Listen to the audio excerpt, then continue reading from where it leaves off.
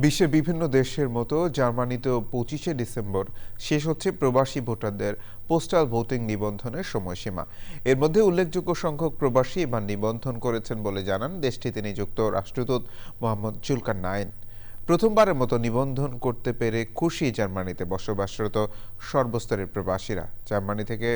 Germany থেকে প্রতিনিধি Habibur Rahman হিলালের report. দেশের জাতীয় সংসদ নির্বাচনকে সামনে রেখে নির্বাচন কমিশন ইসির বেঁধে দেয়া সময়সীমা অনুযায়ী 25 ডিসেম্বরের মধ্যে প্রবাসী থেকে প্রথমবারের মতো নিজেদের ভোটাধিকার নিশ্চিত করতে অনলাইন অ্যাপে পোস্টাল ভোটিং নিবন্ধন শেষ হচ্ছে জার্মানিতে। প্রথমবারের মতো ভোটাধিকার নিশ্চিতের সুযোগ পেয়ে খুশি দেশটিতে বসবাসরত সর্বস্তরের প্রবাসীরা। আসলে আগামী আসন্ন নির্বাচন নিয়ে আমরা অনেক আগ্রহী।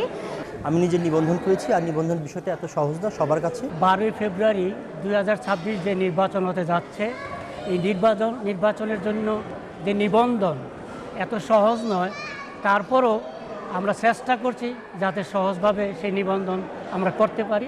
আমাদের পরবর্তী কর্মশালাতে আমরা সবাইকে হাতে ধরে শিখিয়ে দিচ্ছি কিভাবে রেজিস্ট্রেশন করতে হয়, এবং আমরা চাই যত পরিমাণ মানুষকে রেজিস্ট্রেশন করানো যায়, কারণ আমাদের এই নির্বাচনটা খুবই গুরুত্বপূর্ণ। জার্মানি থেকে অনেকেই নিবন্ধন করেছি এবং অনেকেই নিবন্ধন করতে পারিনি। আশা করি ভবিষ্যতে যারা আরও যে সময়টুকু আছে আমরা সবাই নিবন্ধন করব এবং সর্বোচ্চ ভোট ইনশাল্লাহ জার্মানি থেকে আমরা দেওয়ার চেষ্টা করব।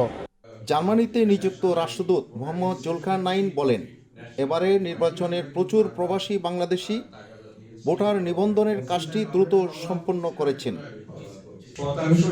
প্রবাসীদের শতাংশ হিসাবে জার্মানিতে ভোটার রেজিস্ট্রেশনের হার কিন্তু খুবই উচ্চ।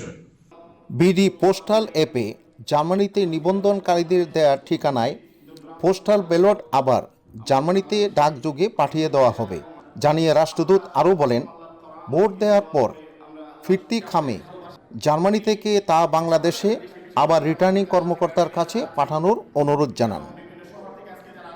Habibur Rahman Helal, channel I, Germany.